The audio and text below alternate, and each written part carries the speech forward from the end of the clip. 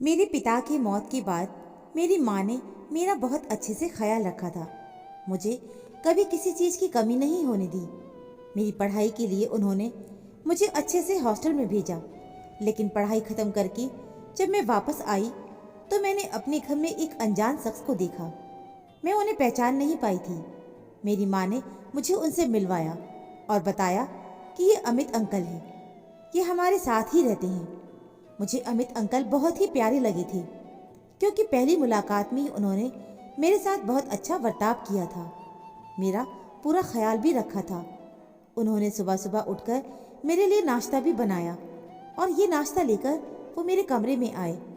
उन्होंने मुझे बताया कि मेरी माँ ने उन्हें बताया है कि मुझे क्या पसंद है और क्या नहीं, और आज से अमित अंकल मेरा बहुत ही अच्छे से ख्याल रखेंगे। इसके बाद मैंने भी अमित अंकल की बहुत तारीफ की थी कि आप बहुत अच्छी हैं। तभी कमरे में माँ आई और बोली कि तुम अभी अमित को अच्छे से नहीं जानती हो। ये तो बहुत अच्छे हैं, लेकिन जब ये गुस्सा हो जाते हैं तब उनके गुस्से के सामने कोई टिक नहीं पाता। मैंने कहा, अंकल ये बातें सुनकर तो मुझे आपसे डर लग रहा है। लेकिन अमित अंकल ने कहा कि तुम्हें डरने की कोई ज़रूरत नहीं है, तुम तो मेरी बेटी जैसी हो। लेकिन ये सुनते ही मुझे काफ़ी गुस्सा आ गया था और मैंने बोल दिया कि बेटी तो मैं सिर्फ अपने पापा की हूँ और उनके अलावा कोई भी मुझे बेटी नहीं बोल सकता। इसके बाद ये सुनकर अंकल का चेहरा उदास हो गया। एक रात को मैं अपने कमरे में सोई हुई थी कि तभी अचानक से कोई मेरे कमरे में आता है और वो मेरी अलमारी खोलकर मेरे सारे कपड़ों को काट देता है, और मैंने जो पहना हुआ था उस कपड़े को भी वो काटने लगता है। तभी मेरी नींद खुल जाती है और मैं उसका हाथ पकड़ लेती हूँ। उसके हाथ में कैंची थी और वो कैंची से मेरे ऊपर हमला करने लगा था। उसके चेहरे पर मास्क लगा हुआ था। मैं उसका चेहरा देख नहीं पाई थी। इसके बाद मैंने जोर जोर से चिल्लाकर अपनी माँ को बुला लिया। मेरी माँ जैसे ही कमरे में आई उससे पहले ही वो चोर भाग चुका था। मैं काफ़ी घबरा गई थी। मैंने सारी बातें अपनी मम्मी को बता दी कि कोई चोर आया था जिसने देखो मेरे सारे कपड़े काट दिए हैं और उसने कैंची से मेरे ऊपर हमला भी किया था। मेरी मम्मी को समझ नहीं आया कि आखिर वो इंसान कौन हो सकता है। तभी उस कमरे में सुमित अंकल भी आते हैं और पूछने लगते हैं, क्या हुआ? तो माँ ने उन्हें सारी बातें बता दी। अब मेरे पास मेरी पसंद के एक भी कपड़े नहीं थे क्योंकि चोर ने मेरे सारे कपड़े काट दिए थे। जिसके बाद मुझे माँ की बात माननी पड़ी और मैं बाजार से सलवार कमीज लेकर आई और मैंने छोटे कपड़े पहनना छोड़ दिया था। लेकिन एक रात जो मैंने देखा उसके बाद तो मेरे पैरों तले ज़मीन ही खिसक गई थी। रात होने पर मैं अचानक से अपनी मम्मी के कमरे में चली गई। मैंने देखा कि उस कमरे में मेरी मम्मी के साथ अमित अंकल भी हैं। दोनों एक साथ एक ही बिस्तर में थी। ये देखकर मैं ज़ोर से चिल्लाई और उस कमरे से रोती हुई मैं अपने कमरे में आ गई थी, जहाँ मेरे पीछे मेरी मम्मी भी आ जाती हैं और मुझे समझाने की कोशिश करती हैं। आज माँ ने मुझे बताया था कि अमित अंकल उसके पिता हैं। मेरी माँ ने अमित अंकल से शादी कर ली थी और अब तक मेरी सारी पढ़ाई का खर्चा अमित अंकल ही उठा रहे थे। लेकिन मैंने माँ को साफ साफ बोल दिया था कि वो अपने पिता का अधिकार किसी और को नहीं दे सकती। वो कभी भी अमित अंकल को अपना पिता नहीं मानेगी। मैं कभी भी अमित अंकल को पिता नहीं बोलूँगी। ऐसे ही दिन बीत गए और मेरी नाराज़गी मेरी माँ के लिए बढ़ती ही जा रही थी, क्योंकि जब भी मैं अपनी माँ को अमित अंकल के साथ देखती थी तो मेरा गुस्सा और भी ज़्यादा बढ़ जाता था। मैं नहीं चाहती थी कि मेरी माँ किसी को भी मेरे पापा का अधिकार दे, और मैं भी अपने पापा की जगह किसी और को भी नहीं देना चाहती थी।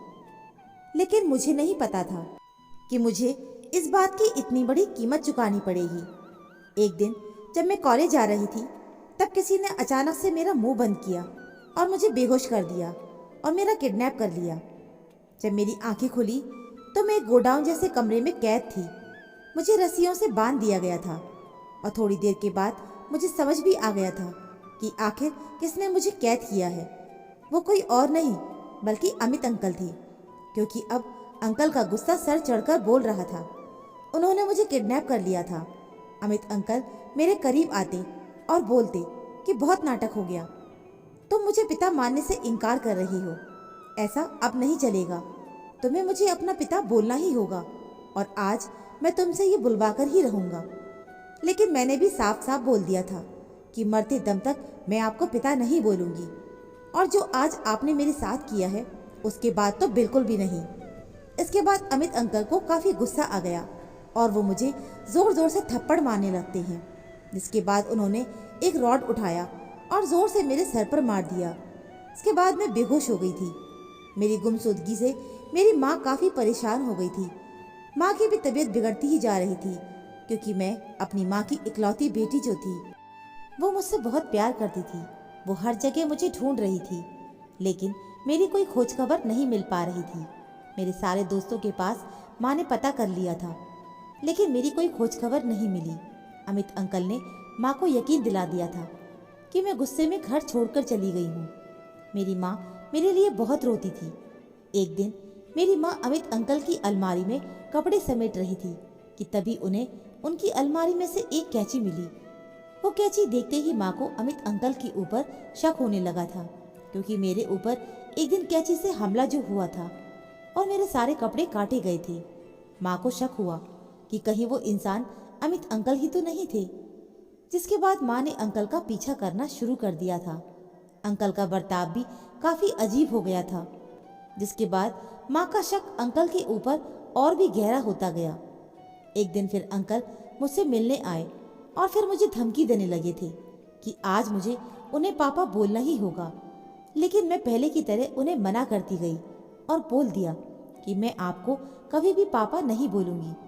जिसके बाद अंकल को काफ़ी गुस्सा आ गया और वो मेरे करीब आए, और इस बार उनकी नीयत में खोट नज़र आ रहा था। वो मेरे करीब आकर मेरे साथ गलत करने की कोशिश करने लगे थे। उन्होंने मेरा दुपट्टा फेंक दिया और मेरे कपड़े फाड़ने की कोशिश करने लगे कि तभी वहाँ अचानक मेरी माँ आ जाती है और वो रोड उठाकर अंकल के ऊपर वार कर देती है, जिससे अंकल वहीं नीचे गिर जाते हैं। माँ ने कहा कि तुम्हारी हिम्मत कैसे हुई मेरी बेटी के साथ ऐसा करने की? तुमने सोच भी कैसे लिया कि तुम मेरी बेटी के साथ गलत कर सकते हो? वो मेरी बेटी है। अंकल अपनी सफाई देने लगे कि ये सब कुछ तो हम तुम्हारे लिए ही कर रहे हैं, क्योंकि जब तक तुम्हारी बेटी मुझे पापा नहीं बोलेगी तब तक हम अपनी ज़िंदगी में आगे कैसे बढ़ेंगे। लेकिन इस बार माँ काफ़ी गुस्से में थी और उन्होंने अंकल को पुलिस के हवाले कर दिया और उनसे सारे रिश्ते भी तोड़ दिए थे। तो दोस्तों, उम्मीद है आपको हमारी ये कहानी ज़रूर पसंद आई होगी। कहानी अच्छी लगी है तो प्लीज़ वीडियो को लाइक, शेयर, चैनल को सब्सक्राइब ज़रूर कर लीजिएगा। तो मिलते हैं फिर एक नई कहानी के साथ। कहानी सुनने के लिए आप सभी का बहुत बहुत धन्यवाद।